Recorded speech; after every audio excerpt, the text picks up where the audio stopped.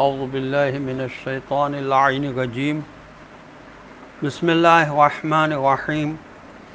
وَاعْبُدْ رَبَّكَ حَتَّى يَأْتِيَكَ الْيَقِينُ اللہم صل علی محمد وآل محمد وعجل فرجہم۔ السلام علیکم ورحمۃ اللہ وبرکاتہ۔ اللہ تبارک و تعالیٰ کا شکر ہے کہ میں نے سورہ مبارکہ حجر جو قرآن مجید کا 15 نمبر کا سورہ ہے، اس کی آیت نمبر 99 کی تلاوت کا شرف حاصل کیا، جو الحمدللہ اس سورہ مبارکہ حجر کی آخری آیت ہے، جس میں ارشاد الہی ہو رہا ہے اور عملاً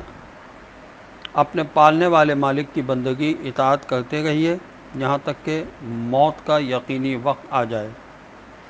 تفہیم القرآن میں اس آیت کی ذیل میں لکھا ہے کہ دین کی تبلیغ کے سلسلے میں اور قوم کی اصلاح کے لیے جو مصیبتیں اٹھانی پڑ رہی ہیں، اللہ اپنے رسول سے مخاطب ہے، ان کے مقابلے کی طاقت اگر آپ کو مل سکتی ہے تو صرف نماز اور خدا کی بندگی،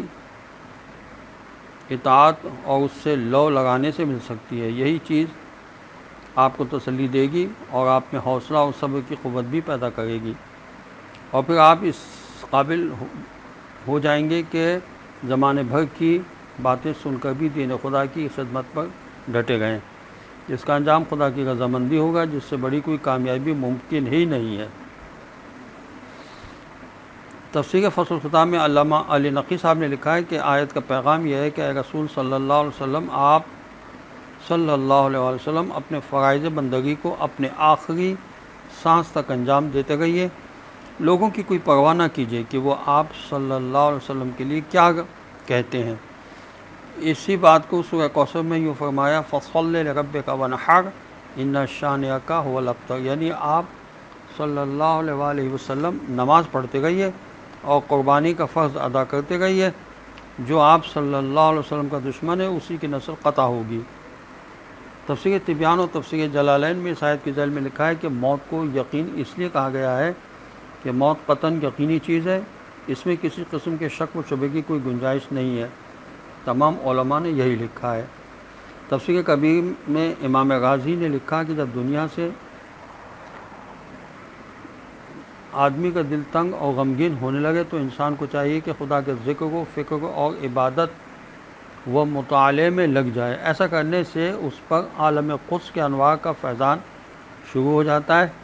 پھر دنیا اس کی نعمتیں یا محرومیاں اس کو بالکل حقیر اور ہیچ نظر آنے لگتی ہیں۔ اس طرح قلب پر جو شیطانی وسواس کی وجہ سے جو غم و الم طاری ہو جاتا ہے وہ دور ہو جاتا ہے اور طبیعت ہلکی ہو جاتی ہے۔ غرض دنیاوی غموں اور محرومیوں کا بہترین علاج ذکر و فکر اور توجہ الی اللہ ہے۔ تفسیر ابن کثیر نے اس آیت کی ذیل میں لکھا ہے کہ عرفاء اور محققین نے لکھا کہ یہ آیت رد ہے اس غالی مصنوعی صوفیوں کی جو یہ کہتے ہیں کہ راہ سلوک میں ایک مرتبہ ایسا بھی آتا ہے کہ تکلیفات شرعی ساقط ہو جاتی ہیں۔ بعض صوفیوں نے اس آیت سے یہ نتیجہ نکالا کہ یقین آ جانے کے بعد عبادت کی ضرورت نہیں۔ یہ استنباط اس لیے غلط ہے، اولاً یہاں یقین سے مراد موت ہے جو دوسری آیات سے ثابت ہے، دوسری یہ کہ یہ حکم رسول اکرم صلی اللہ علیہ وسلم کو مخاطب کر کے دیا جا رہا ہے۔ اب کون مان سکتا ہے کہ رسول اکرم صلی اللہ علیہ وسلم اپنے ایمان کی حالت میں یقین کی منزل پر فائز نہ تھے کہ ان سے یہ کہا جائے کہ یقین آنے تک عبادت کیے جائیے۔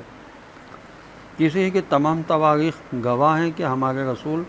صلی اللہ علیہ وسلم نے زندگی کے آخری لمحات تک عبادت کا حق ادا فرمایا، کبھی عبادت الہی کو ترک نہیں فرمایا۔ چوتھی بات یہ کہ امیر المومنین حضرت علی علیہ السلام تو محراب عبادت ہی میں درجہ شہادت پر فائز ہوئے، اور پانچویں بات یہ کہ سید الشہداء حضرت امام حسین علیہ السلام نے عصر کی نماز پڑھتے ہوئے سجدے میں سر کٹایا۔ غرض ان دلائل سے ثابت ہو گیا کہ اس آیت میں یقین سے مراد موت ہے اور عبادت زندگی کی آخری سانس تک کرنا ضروری ہے۔ عبادت کے فوائد ہیں۔ عبادت انسان کے روح میں ایمان کی تازگی اور قوت ارادی کو قوت بخشتی ہے، انسان کی فکر کو بلند و بیدار کرتی ہے، اس کی فکر کو لامتناہی منزل کی طرف متوجہ کرتی ہے، پچھلے گناہوں کے غبار کو صاف کرتی ہے اور آئندہ گناہوں کے نجات سے بچاتی ہے۔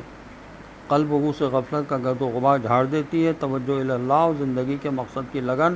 اور تڑپ کو بیدار کرتی ہے، انسان کے اندر آگاہی اور احساس ذمہ داری کو جگا دیتی ہے، انسان کی تکمیل کرتی ہے، اس طرح کہ اس کا تعلق خدا سے جوڑ دیتی ہے، خدا کی محبت اور اطاعت اور شکر کا جذبہ بیدار کرتی ہے اور انسان کی بہترین اور مسلسل تربیت کرتی ہے۔ عبادت نیک اعمال اور انسان کی اعلیٰ صلاحیتوں کے حصول کا سرچشمہ ہے۔ عبادت انسان کے اندر ایسا ملکہ پیدا کر دیتی ہے کہ پھر وہ ہر وقت خدا کی طرف متوجہ رہتا ہے اور زیادہ سے زیادہ نیک اعمال انجام دینے کو زندگی کا حاصل سمجھتا ہے اور نیکیوں کے میدان میں آگے بڑھتا چلا جاتا ہے۔ یہ تفسیر المیزان میں لکھا ہے علامہ محمد حسین طباطبائی نے۔ السلام علیکم ورحمۃ اللہ وبرکاتہ۔